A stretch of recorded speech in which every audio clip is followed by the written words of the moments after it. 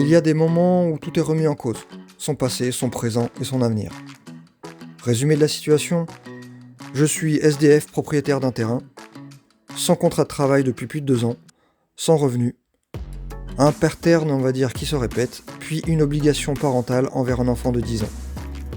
État d'esprit, fatigué mais déterminé. Culture et éducation, avoir des revenus, c'est le salariat. Seule option qui m'a été proposée tout au long de mon enfance.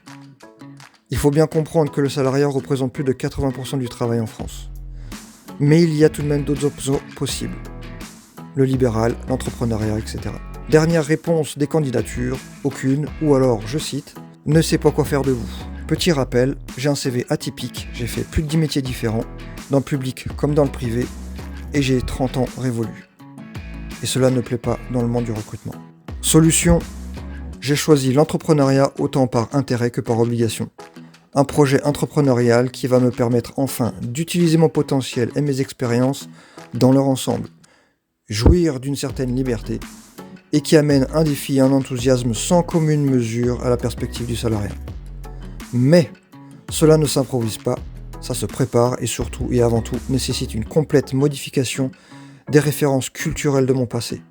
Conception du travail, de l'entreprise, de l'argent, de la société, de ma vision des choses. Donc la première étape consiste à me mettre en condition de réussite. Cela se traduit par les procédés suivants. Changer, prendre soin de moi, me former, travailler et rencontrer. Mais en attendant, j'ai un café à finir et une séance de port à faire. Séance qui rentre dans le cadre du changement à apporter. Être mieux et en meilleure santé pour une communication plus facile et plus aisée. Et ça commence par le sport pour moi. Ainsi, mes journées sont rythmées par le développement de la série Président, la préparation d'un long métrage, le projet entrepreneurial dans l'éducation et enfin mon fils. Mon avenir professionnel comme le sien sont tous aussi importants. Un papa en bonne forme, c'est un enfant heureux. Reprise de la musculation, 45 minutes, cardio de 45 minutes, séance d'étirement de 30 minutes.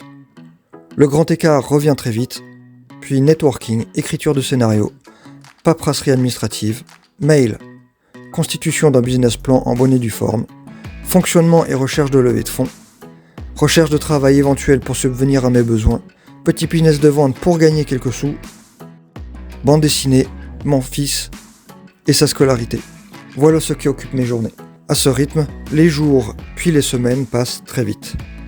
Les vacances de la Toussaint arrivent, nous les passons en Bourgogne, peut-être les dernières vacances avant un long moment.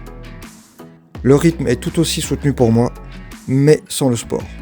Il est toujours compliqué de travailler à côté d'un enfant, et comme à chaque fois, j'essaie de partager mon temps entre mes projets et lui. Puis un appel téléphonique perturbe tout. C'est une ancienne collègue rencontrée au ministère des Affaires étrangères qui m'appelle.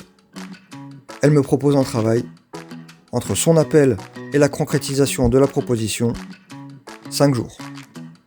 Mais je suis exceptionnellement en Bourgogne et je dois prendre le train pour un entretien avec le dit responsable. 110 € de frais supplémentaires et imprévus.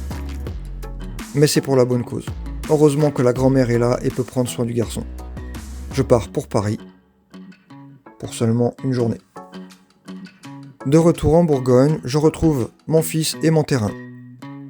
Le premier joue, quant au second, il faut que je m'en occupe.